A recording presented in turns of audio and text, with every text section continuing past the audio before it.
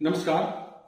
आज का वीडियो हमारी सीरीज का छठा वीडियो है और इसका नाम है कारक। कुंडली में हर भाव का एक कारक होता है। कारक का मतलब है जो स्पेशल इफेक्ट रखता है, वहां का एक तरह से कंट्रोलर होता है और उसको देखने के नियम बिल्कुल वही है कि वो त्रिक भाव में ना हो, पापी ग्रहों के प्रभाव में ना हो और एक बड़ी इंपॉर्टेंट बात, अपने भाव से बहुत दूर ना हो। ठीक है, ये सब समझाऊंगा अभी। और एक तरीका उसमें यह है कि उसको अपने भाव में, जैसे सातवें भाव का कारक है शुक्र, तो शुक्र को सातवें भाव में अकेला नहीं होना चाहिए, केवल अपने भाव में उसे अकेला नहीं होना चाहिए। अगर ऐसा होगा तो अभी वो नुकसान करेगा। अच्छा, इसका लॉजिक है, ये समझ लेते हैं। समझाने का तरीका कि डॉक्टर साहब अगर हॉस्पिटल में अकेले हैं तो इलाज नहीं होगा, क्योंकि वो बोलेंगे सपोर्टिंग स्टाफ नहीं है, ऑपरेशन करने के लिए मुझे और लोगों की भी जरूरत है। एक और एग्जांपल ले लेते हैं। मास्टर जी क्लास में पढ़ाने आ गए लेकिन एक भी बच्चा पढ़ने नहीं आया, तो मास्टर जी जो क्लास के कारक हैं और एक भी बच्चा अगर पढ़ने नहीं आया तो निश्चित रूप से कुछ भी पढ़ाई नहीं होगी। ये नियम ये है कि कारक ग्रह को अपने कारक भाव में अकेला नहीं होना चाहिए, वो उस भाव का फिर शुभ फल नहीं देगा, बुरा फल देगा। पहला नियम। दूसरा नियम, कारक भाव से कारक ग्रह छठे, आठवें, 12वें नहीं होना चाहिए, इससे भी वो उस भाव को नुकसान देगा। तीसरा नियम कि कारक भाव का जो स्वामी है उस ग्रह को बुरे ग्रहों से, पापी ग्रहों से प्रभावित, त्रिक भाव के ग्रहों से प्रभावित जो छठे, आठवें, 12वें भाव के स्वामी हैं से नहीं होना चाहिए, इससे भी स्थितियां कमजोर होंगी। तो कुल 3 कंडीशन यहां पे हैं। कारक भाव को अकेला नहीं होना चाहिए, कारक भाव का जो स्वामी ग्रह है कारक अपने भाव से अकेले दूर नहीं होना चाहिए। कुल मिलाकर 3 नियम यहां पे हैं जो मैंने आपको बताए। अब बात करते हैं कि हर भाव का कारक कौन कौन होता है।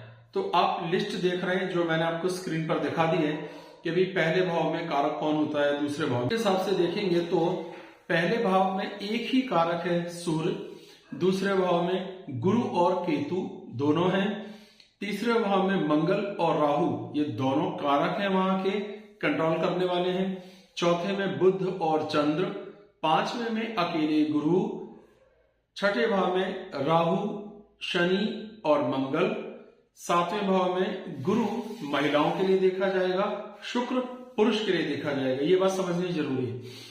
आठवें भाव में केतु और शनि, नौवें भाव के कारक हैं सूर्य और गुरु, 10वें भाव के कारक हैं 5 सूर्य, बुध, गुरु, शनि और राहु, 11वें भाव का अकेला एक कारक है गुरु और 12वें भाव का कारक है शनि।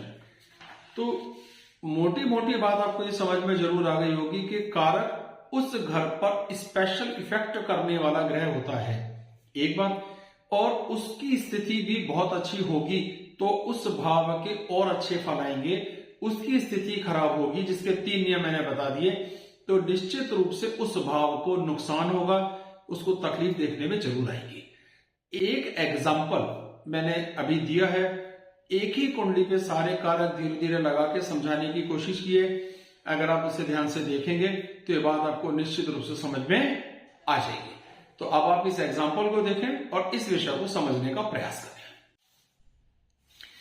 इस कुंडली पर विचार करते हैं और सभी कारक इस कुंडली पे लगा के देखते हैं, जिससे बात समझ में आ जाए। बहुत धीरे धीरे चलेंगे, कोई जल्दबाजी नहीं होगी। पहला, पहले भाव का कारक आप जानते हैं एक अकेला ग्रह है, उसका नाम है सूर्य। सूर्य कुंडली के 5वें भाव में है और मित्र राशि में है। ये मंगल के साथ है जो स्वग्रही है, अपने भाव का स्वामी है, चंद्र लग्न का स्वामी है। ये सारी स्थितियां ठीक है। थोड़ा बहुत बुध कमजोर है जो तीसरे और 12वें घर का स्वामी है। तो ये एक मिला जुला सा है, कम से कम पहले भाव का कारक यहाँ पे ठीक है, इसमें कोई विशेष आपत्ति नहीं। अब दूसरे भाव में 2 कारक होते हैं, कौन से? गुरु और केतु। ये लिखे हुए गुरु और केतु।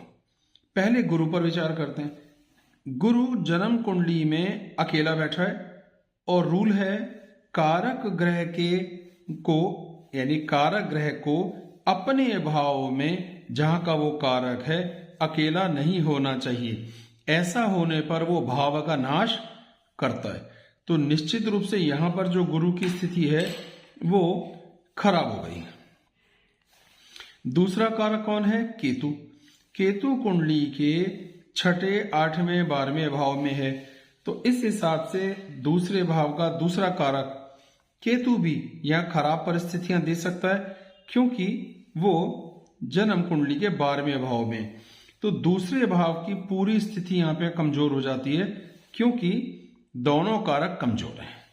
दूसरा भाव क्या देता है? कुटुंब, बोली, व्यवहार, हमारा गला, परिवार से तालमेल, धन, ये सभी स्थितियां इनकी कमजोर होनी चाहिए। आगे बढ़ते हैं, तीसरे भाव पे चलते हैं। तीसरे भाव में 2 कारक होते हैं और एक का नाम है मंगल और एक का नाम है राहु। आइए अब इस पर विचार करते हैं, मंगल और राहु। मंगल की स्थिति पर विचार करते हैं। मंगल 5वें भाव में स्वग्रही स्थिति में है, बिल्कुल ठीक है, ऐसी कोई खराब बात नहीं है। तो ये कारक यहां ठीक हो जाता है, मंगल ठीक है। दूसरा कारक है राहु। अब राहु जन्म कुंडली के छठे भाव में, और जो कारक भी छठे, 8वें, 12वें जाते हैं वो थोड़े कमजोर हो जाते हैं, ये बात समझनी है। छठे भाव में कारक बैठा है तो भी वो फायदेमंद है, तो ये भी अच्छा है। तो तीसरे भाव से देखना है अपने छोटे भाई से सुख, अपने सबॉर्डिनेट जो ऑफिस में आपके काम करते हैं उनका सुख, अपने प्रयास, अपने एफर्ट्स, इन सब चीजों का। तो निश्चित रूप से इस बच्चे की कुंडली में प्रयास करने का योग, अपने भाई से तालमेल, अपने स्टाफ से तालमेल अच्छा होगा, संघर्ष करने की जबरदस्त ताकत होगी। ये चीज तीसरे भाव के कारक से हमने एक अंदाजा लिया। अब चौथे घर के कारक पे चलते हैं। 2 कारक होते हैं। तो चौथे भाव में कौन से 2 कारक हैं? चंद्र और बुध। अब विचार करते हैं चंद्र की स्थिति कैसे है। कुंडली में चंद्र 5वें भाव में और अपनी नीच राशि में। चंद्र 5वां भाव अपनी नीच राशि में, वो एक चीज, और बुध भी यहीं पर हैं, और सूर्य, बुध, गुरु सब एक साथ हैं। अगर हम बुध पर विचार करते हैं तो बुध 12वें घर के स्वामी हैं, एक तीसरे घर के स्वामी है जो 8वें से 8वां 2, और मंगल की बात करते हैं तो मंगल अच्छा है, चंद्र की बात करते हैं लग्न का स्वामी। तो मोटे तौर पर चंद्र क्योंकि नीच राशि में है, यहां नीच भंग पर ध्यान मत दीजिएगा, नीच राशि में, तो ये कारक कमजोर है। ठीक है जी, ये कमजोर हो गया। बुध की बात करते हैं तो बुध तीसरे और 12वें घर का स्वामी है, इस हिसाब से यहाँ पे बुध भी कमजोर हो गया है। तो आपने देखा कि कैसे कारक को यहाँ पे हमने कमजोर स्थितियों में काउंट करा है, क्योंकि चंद्र और बुध दोनों ही किसी न किसी रूप में खराब स्थिति मेंटेन कर रहे हैं। तो इस कुंडली में ये भाव कमजोर हो गया है। अब इस भाव से क्या देखना है? इस भाव से देखना है मां का सुख। ये जब इनकी माताजी की मृत्यु को 10 साल हो चुके हैं, मां का सुख देखना है, सुख देखना है, सुख नहीं है। इसका अर्थ है कि कुंडली में सुख की स्थितियां कमजोर हो जाएंगी, हायर एजुकेशन कमजोर हो जाएगी, जीवन के आनंद किसी न किसी रूप में कमजोर हो जाएंगे, अपना घर का योग कम होगा, अपने वाहन का योग कम होगा। तो चौथे भाव से जो कुछ देखते हैं, तनाव में रहना, ये सब चीजें अपने आप आ गई। तो चौथे भाव के दोनों कारक कमजोर हो गए, इसका प्रभाव इनके जीवन में स्पष्ट रूप से दिखना चाहिए। अभी 5वें भाव पे चलते हैं। 5वें भाव का केवल एक कारक होता है, उसका नाम है गुरु। तो पहला क्लॉज है कि कारक को अपने भाव में अकेला नहीं होना चाहिए, नहीं है, अपने भाव में अकेला नहीं है। अब कारक कहां है? अपने भाव से 10वें भाव में बैठा है, एक चीज, और जिस भाव में बैठा है वो मारक भाव है, और उस पर राहु की पूरी दृष्टि है, और कारक के भाव में ही राहु भी बैठा है। अब इतनी गहराई में न जाएं, तो इस भाव के कारक की स्थिति मारक भाव में जाने के कारण कमजोर है। तो यहां पर पढ़ाई लिखाई की भी बात आती है, संतान की बात आती है, ज्ञान की बात आती है, प्रेम की बात आती है, सही मौके पर सही फैसला लेना, हम पांचवें भाव से इतनी चीज देखते हैं। तो ये घर भी यहां कमजोर हो जाता है, क्योंकि इस भाव का कारक मारक भाव में बैठा है, तो ये स्थितियां यहां कमजोर हो गई। ये बात समझ में आ गई होगी। अच्छा, छठे भाव पे चलते हैं। छठे भाव की स्थिति यह है कि इसमें 3 कारक होते हैं, शनि, राहु और मंगल। इस पर विचार करते हैं। यहां पर शनि जो इस भाव का कारक है वो इस भाव में जाके खराब कर रहा है, अपने से दूसरे भाव में गया। जन्म कुंडली में शनि का प्लेसमेंट पोजीशन भी खराब है, तो कारक की स्थिति कंपैरेटिवली उतनी अच्छी नहीं है, मतलब संघर्ष बढ़ेगा। ये यहां शनि कमजोर स्थिति मेंटेन कर रहा है। राहु की बात करते हैं। राहु अपने भाव में अकेला है। क्लॉज क्या है? कारक को अपने भाव में अकेला नहीं होना चाहिए, और राहु अकेला है, तो राहु भी यहां पर कारक के हिसाब से अच्छा प्रभाव नहीं करेगा। फिर आता है मंगल, अपने भाव से 12वें भाव में है, स्वग्रही है पर अपने भाव से 12वें, तो ये भी यहां कमजोर स्थिति मेंटेन करता है। ये पूरा घर कमजोर हो गया कारक के हिसाब से। तो क्या देखा? पहला कारक अकेला है, दूसरा कारक मारक भाव में, तीसरा कारक त्रिक भाव, छठे, 8वें, 12वें में आ गया। तीनों कारक यहाँ कुछ ना कुछ कमजोर स्थिति मेंटेन करते हैं। आज भाव में ये महिला है, तो हमें केवल गुरु पे ध्यान देना है। गुरु इस भाव का कारक है, और कुंडली में गुरु अपने भाव से 8वें भाव में बैठा है, यानी जो कारक इस भाव का है वो कहाँ है? 1, 2, 3, 4, 5, 6, 7, 8, अपने भाव से 8वें बैठा है। और कुंडली में छठे भाव का स्वामी भी है, राहु अधिष्ठित राशि का स्वामी भी है, यानी उसकी एक राशि में राहु बैठा है, इसलिए ये भाव भी कमजोर है। इसका कारक अपने घर से बहुत दूर बैठा है, शुभ फल देने वाला नहीं बनता, तो ये स्थिति भी कमजोर हो गई। अब बात करते हैं कुंडली के 8वें भाव की। 8वें भाव में कारक होता है शनि और केतु। शनि जो 8वें भाव का कारक है वो विवाह के घर में चला गया, अपने से 12वें घर में चला गया। देखिए यहां का कारक अपने से 12वें घर गिनेंगे तो 1, 2, 3, 4, 5, 6, 7, 8, 9, 10, 11, 12, तो निश्चित रूप से ये कमजोर हो गया 1, तो शनि यहां कमजोर है। और इस भाव का दूसरा कारक राहु, केतु, ठीक है, इस भाव का दूसरा कारक केतु, ये खराब स्थिति में है, तो ये प्लस पॉइंट हुआ कि केतु जो इस भाव का कारक है वो कुंडली के त्रिक भाव में है, तो यहां पर केतु अच्छा फल देने वाला हुआ। यहां से हमने सेविंग्स देखनी है जो एवरेज हो गई, एक कारक कमजोर है, एक ठीक है। यहां से सेविंग देखनी थी, उम्र देखनी थी, अचानक फायदा नुकसान इत्यादि पे ध्यान देना है, यात्राओं पे ध्यान देना है, तो ये स्थिति एट पार पे आ जाती है, न बहुत अच्छी न बहुत खराब। अगला हमने देखना होता है कारक 9वें भाव का, वो होता है सूर्य और गुरु। पहले गुरु को देख लेते हैं। तो गुरु जो इस भाव का कारक है वो अपने से 1, 2, 3, 4, 5, 6 छठे घर में बैठा है, तो कारक कमजोर हो जाता है यहाँ पे। और उस पर राहु की भी पूरी दृष्टि है, जो पहले भी चर्चा में बात आ चुकी। तो यहां पर ये गुरु अच्छा फल देने वाला नहीं बनेगा, कारक कमजोर है इस भाव का। सूर्य की बात करते हैं तो अपने से त्रिकोण भाग्य भाव में बैठा है, तो स्थिति कुछ ठीक मालूम देती है, यहाँ ऐसी कोई खराब स्थिति नहीं है, तो यहां पर सूर्य कारक के तौर पर अच्छा प्रभाव दे सकता है। 9वें भाव से हमने धर्म देखना है, भाग्य देखना है, प्रयास देखना है, संतान से संतानों के सुख को देखना है, कोशिशों को देखना है। तो यहां एक कारक ठीक है, एक खराब है, यहां स्थिति एवरेज हो जाती है। 10वें घर में बहुत सारे कारक होते हैं, तो हम 10वें घर को थोड़ा बाद में ले लेंगे, 11वें घर को पहले ले लेते हैं। तो 11वें घर का कारक कौन होता है? गुरु।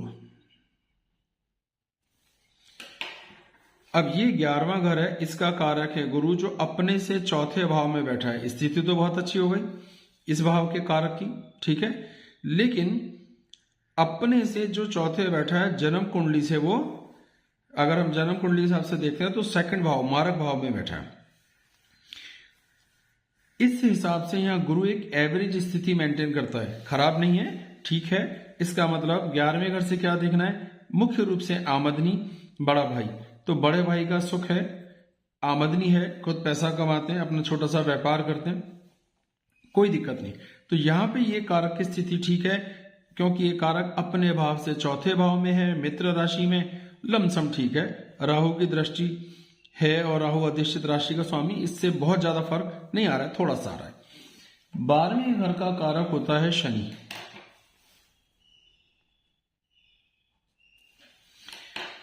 शनि कुंडली में जो 12वें घर का कारक है बुरा है, खराब है, लेकिन अब वो कहां आके बैठा, 7वें भाव में, और 7वां भाव है वैवाहिक जीवन का। तो निश्चित रूप से इसी से हमने बेडरूम एडजस्टमेंट भी देखना है, शैया सुख। अब पति के साथ तालमेल कह लो जरा अच्छा लगेगा, तो जीवन साथी के साथ तालमेल को भी यहां से देखना है, सांसारिक सुखों को यहां से देखना है, और विवाह को भी यहीं से देखना है, क्योंकि शनि बैठा कहाँ है, कारक यहाँ अपने से। अब इस भाव का कारक है शनि, तो 1 2 3 4 5 6 7 8 अपने से, अपने भाव से 8वें भाव में बैठा है। तो निश्चित रूप से ये स्थितियां कमजोर है, ये कारक भी बहुत अच्छी परफॉर्मेंस नहीं दे रहा। अब आते हैं 10वें भाव पे, एक एक करके लेते हैं। तो 10वें भाव का पहला कारक होता है सूर्य। सूर्य की स्थिति त्रिकोण में कोई खराब स्थिति नहीं है, तो यहां पे सूर्य ठीक है। अगले कारक की बात करते हैं बुध। कमोबेश बुध भी वही है, लेकिन वो क्योंकि कुंडली के 12वें त्रिक भाव का स्वामी है और अष्टम से अष्टम का स्वामी है, तो यहां पे बुध थोड़ा एवरेज परफॉर्मेंस देगा। और एक कारक है, उसका नाम है गुरु।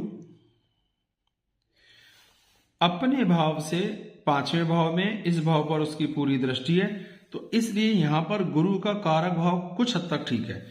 6ठे भाव का स्वामी है, लेकिन फिर भी अच्छा है, उतनी खराब कोई परिस्थितियां नहीं आ रही।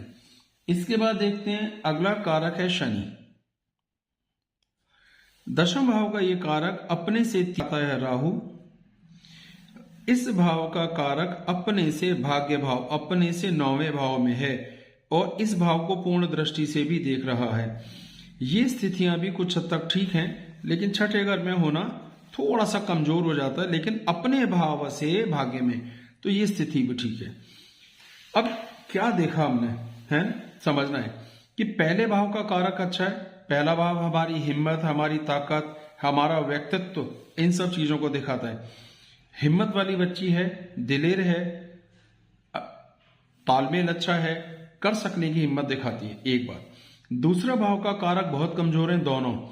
इससे क्या अंदाजा निकला कि इनकी कुंडली में कुटुंब का सहयोग, बोली भाषा, गले की कुछ परेशानियां, ये सब चीजें देखने में आ सकती हैं। इन्हें थायराइड है, एक चीज तो ये हो गई, थायराइड है, और इनका कुटुंब में कोई भी नहीं है। यहां पे एक बड़ा भाई है, अभी उसको भी बताऊंगा, लेकिन वो भी बहुत दूर रहता है, अलग रहता है। ये बिल्कुल अकेली रहती है, किराए के कमरे पे। तीसरा घर है प्रयास, जबरदस्त अच्छा है। अगर प्रयास करते हैं तो हिम्मत है, प्रयास करने की ताकत है, प्रयास करने का योग है, प्रयास करके रिजल्ट निकालने की ताकत है। तो तीसरे घर के कारक के अच्छे होने से एक संभावना क्या दिखती है कि हार नहीं मानेगी, संकट के समय में भी कोशिश करेगी, अकेलेपन से जूझेगी और प्रयास करेगी। ये बहुत अच्छा है। छोटा भाई है ही नहीं, अगर होता तो उससे भी सुख अच्छा मिलता। तो यहां पे अपने आप को ही वन मैन आर्मी जिसे कहते हैं कि अकेली रह के भी करता हूं। चौथे घर से हमने मां को देखना है। दोनों कारक यहां थोड़े थोड़े कमजोर हैं, तो दोनों के कमजोर होने के कारण स्थिति बनी माता जी की मृत्यु 10 वर्ष पहले ही हो चुकी है। तो अब मां है ही नहीं, सुखों की कमी है, कुटुंब नहीं है, बड़ा भाई बहुत दूर रहता है, और कोई है ही नहीं घर में, तो सुखों की स्थिति कमजोर है। ना अपना वाहन है, ना अपना घर है, ना अपनी माता जी हैं, तो निश्चित रूप से ये तनाव बढ़ गया। संतान की स्थितियों में बात करते हैं। 5वें घर से हमने संतान की बात करनी, और यहाँ के कारक की चर्चा हम पहले ही कर चुके हैं कि वो कमजोर स्थितियां मेंटेन कर रहा है। तो अर्थ क्या निकलेगा, सोच समझ, प्लानिंग, विद्या, संतान का सुख। तो इनकी शादी ही नहीं हुई, तो संतान कहां से होगी। तो ना शादी हुई, ना संतान है, ना ही बहुत हाई फाई एजुकेशन है, ग्रेजुएशन पूरा नहीं हुआ है, तो किसी तरह बस जिंदगी चल रही है।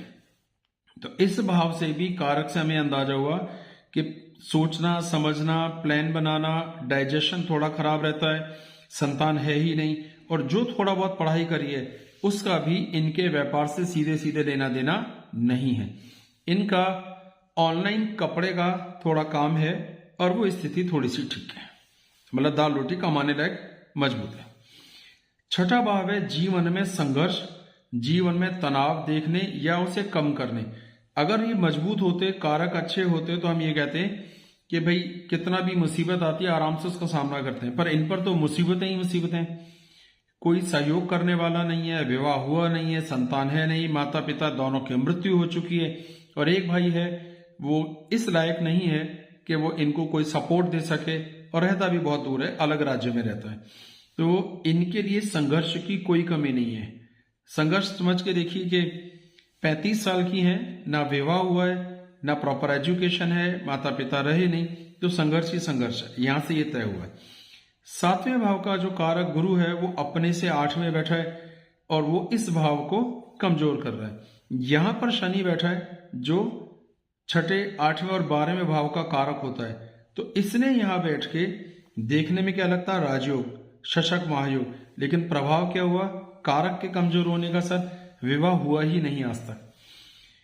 तो ये आपको समझ आया होगा। 8वां घर है हमारी उम्र, लंबी उम्र, कामयाबी। यहाँ एक कारक अच्छा है, उसका परफॉर्मेंस ठीक आएगा, तो उम्र को लेकर के ईश्वर की कृपा से कोई समस्या नहीं दिखाई देती, ऐसी कोई स्वास्थ्य की भी समस्या नहीं है। तो लग्न भी ठीक है और अष्टम भी ठीक है, तो स्वास्थ्य वगैरह ऐसी कोई बीमारी नहीं है जिसमें जीवन को कोई खतरा दिखे। भाग्य भाव की बात करते हैं। भाग्य भाव में एक कारक गुरु कमजोर है पर एक कारक अच्छा है, तो भाग्य का भी यहाँ अर्थ ऐसे हम ले सकते हैं, ईश्वर के प्रति लगाव नहीं है कि भगवान ने मुझे कुछ दिया ही नहीं तो मैं क्यों करूं, निर्मोही है, ईश्वर के प्रति लगाव बहुत कम है, मतलब नाराजगी है भगवान से, क्योंकि गुरु यहाँ कारक के तौर पे कमजोर स्थिति मेंटेन करते हैं।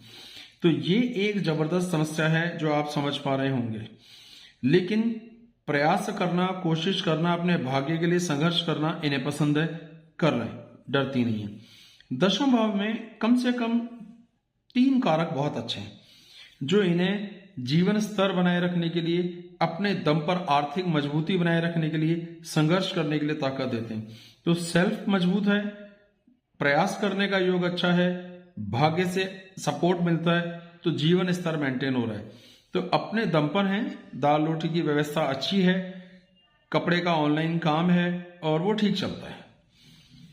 यहां से इनकम देखनी है, इनकम, यहां से बड़े भाई का सुख भी देखना है। ये घर भी थोड़ा 19-20 है, लेकिन कंपैरेटिवली अच्छा है, बड़ा भाई है, इतनी इनकम है कि समाज में अपना रुतबा मेंटेन कर सकें, इज्जत से अपना काम कर सकें, ये स्थिति होगी। घर की स्थिति खराब है क्योंकि इस भाव का कारक अपने से 8वें घर में बैठा है, अपने से 8वें घर में, तो अर्थ क्या निकला, 12वां घर कमजोर मालूम देना चाहिए। तो 12वें घर में शैया सुख देखना है, वो कमजोर हो गया, मोक्ष देखना है, वो कमजोर हो गया, धार्मिक यात्राएं कमजोर हैं, और एक तरह से ईश्वर को पाना, यात्राएं करना, ये सब चीजें इसमें आती हैं, ये सब यहां कमजोर है। तो जन्म कुंडली को कारक के दृष्टिकोण से देख के हमें पता चलता है कि इनका लग्न मजबूत, तीसरा घर, भाग्य, आमदनी और इनकम, ये 4 घर अच्छे हैं, यानी सेल्फ मेड मैन, अपने दम पर अपनी लाइफ को बना रहे हैं। तो मुझे उम्मीद है कि कम से कम कारक कैसे देखा जाए ये आपको समझ में आ गया होगा।